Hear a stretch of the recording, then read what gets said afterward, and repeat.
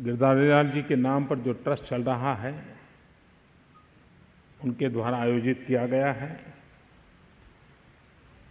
और उनका ये शताब्दी वर्ष है। आमतौर पर राजनीति का दुर्भाग्य ऐसा है कि मरने के बाद बहुत ही कम राजनेता जीवित रहते हैं। कुछ ही समय में वो भुला दिए जाते हैं, लोग भी भूल जाते हैं। लेकिन कुछ ऐसे अपवाद होते हैं जो अपने कार्यकाल में जो कार्य करते हैं,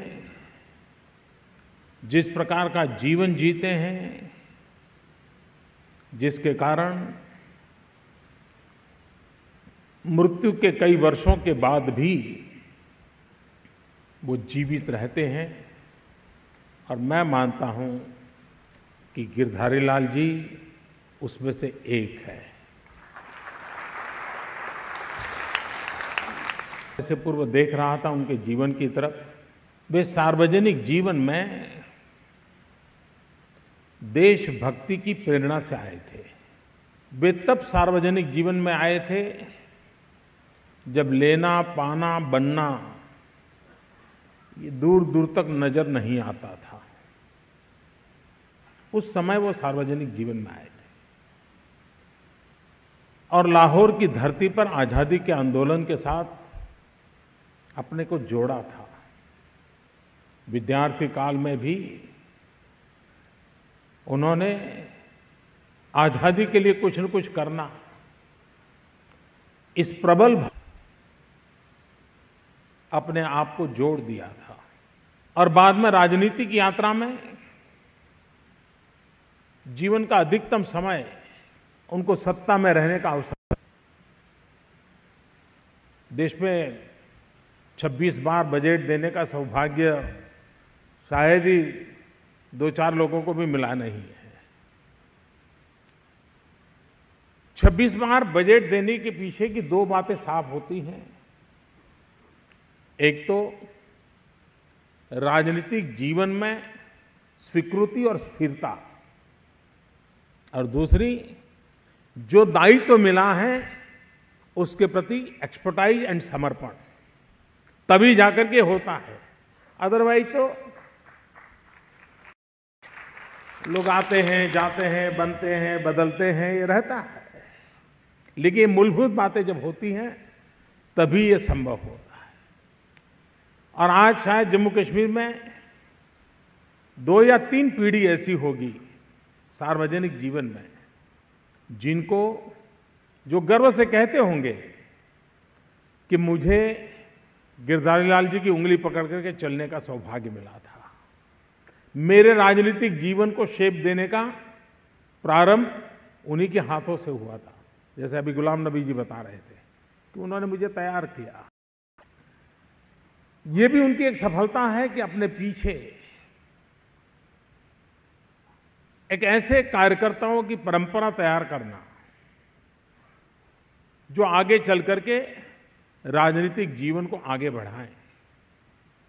और इस दृष्टि से भी वे सिर्फ राजनेता नहीं, लेकिन एक सार्वजनिक जीवन में निरंतर चेतना बनाए रखने का प्रयत्न करने वाले उन व्यक्तियों में से थे जिन्होंने पीढ़ियों को तैयार करने की चिंता की।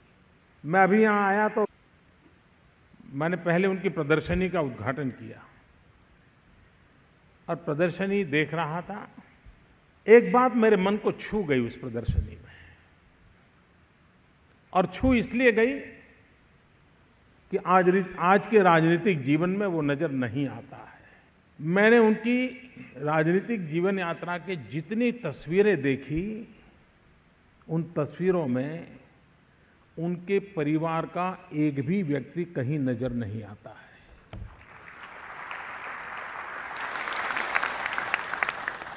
ये छोटी बात नहीं है, ये बहुत बड़ी बात है कि इतना लंबे समय का सार्वजनिक जीवन हो, राजनीतिक जीवन हो, सत्ता के गलियारों में हो, देश के सभी पहले प्रधानमंत्रियों के साथ निकट संबंध रहा हो, लेकिन कहीं पर भी राजनीतिक यात्रा में एक भी तस्वीर में परिवार मुझे नजर नहीं आया।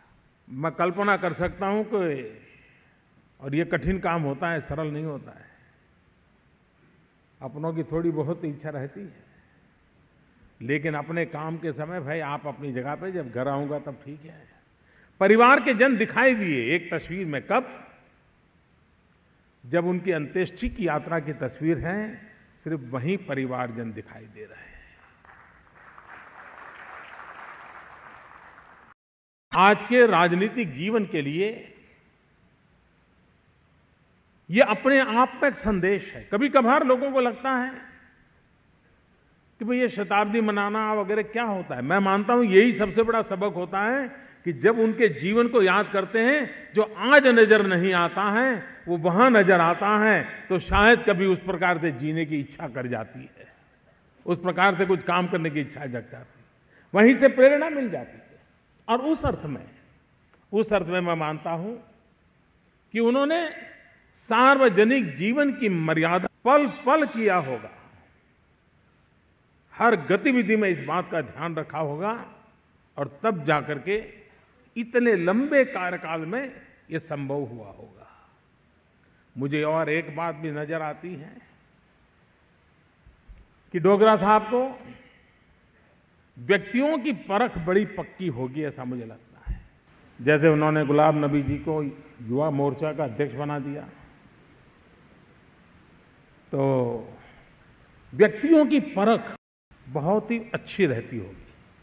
वो बराबर नाप लेते होंगे कि व्यक्ति ठीक है कि नहीं है, और उसका उदाहरण है उन्होंने जो दामाद चुने हैं। ये उनकी, वरना अरुण जी की विचारधारा को और उनकी कोई मेल नहीं था। उसके बावजूद भी कुर्सी दे न दे, बेटी तो दी। और ये भी विशेषता है कि दामाद ससुर के कारण नहीं जाने जाते और ससुर दामाद के कारण नहीं जाने जाते।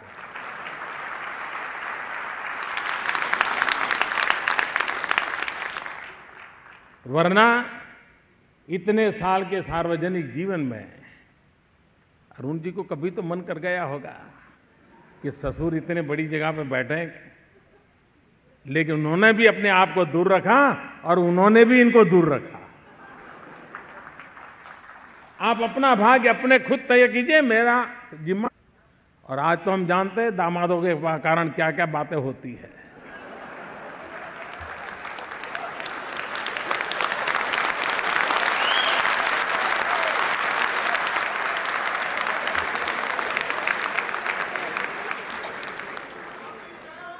और इसलिए मैं कहता हूं कि किस दल से थे, किस विचार से जुड़े थे, किसके नेतृत्व में काम करते थे, इसके आधार पर सार्वजनिक जीवन नहीं चलता। और सार्वजनिक जीवन में एक अहम आवश्यकता है आज देश में, जो चिंता का विषय है,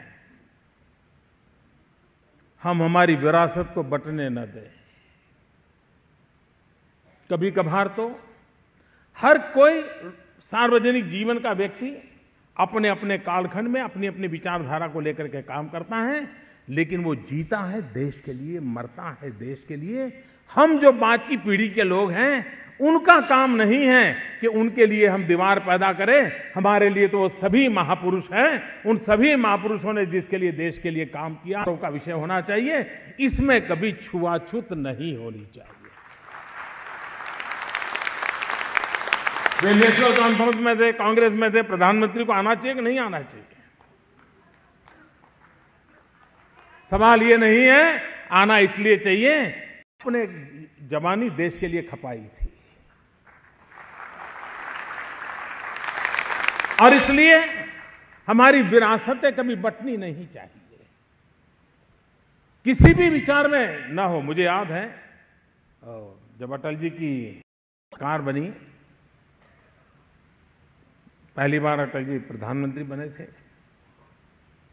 पहली बार या शायद दूसरी, तो पहली बार 13 दिन के थे या दूसरी बार मुझे याद नहीं रहा। और उसी दिन कम्युनिस्ट पार्टी एक बहुत बड़े नेता जिनका केरल में स्वर्गवास हो गया, उस समय वो सत्ता में तो नहीं थे और अभी तो शपथ समारोह पूरा हुआ था। उसी समय अटल जी ने कहा कि आडवाणी जी आप उनके अंत्येष्टि में जाइए, उन्होंने देश के लिए बहुत काम किया है।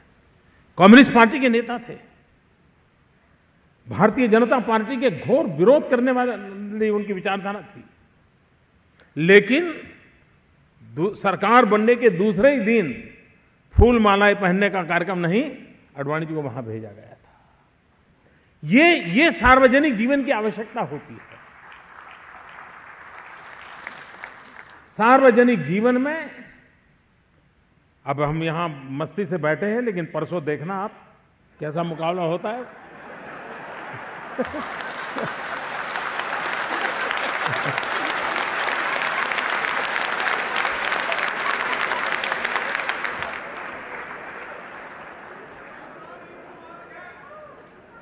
ये लोकतंत्र का सहज गुणधर्म है। हर फोरम में अपनी बात होती है, लेकिन राजनीतिक छुआछूत नहीं चलती है।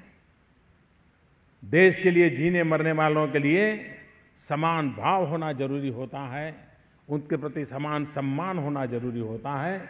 और उसी के तहत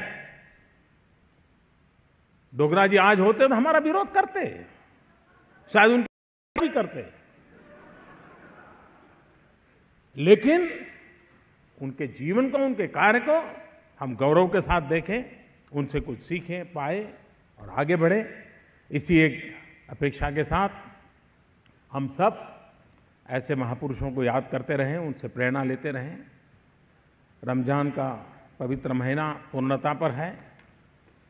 बहुत बड़े उमंग और उत्साह के साथ देश और दुनिया में ईद की प्रतीक्षा हो रही है।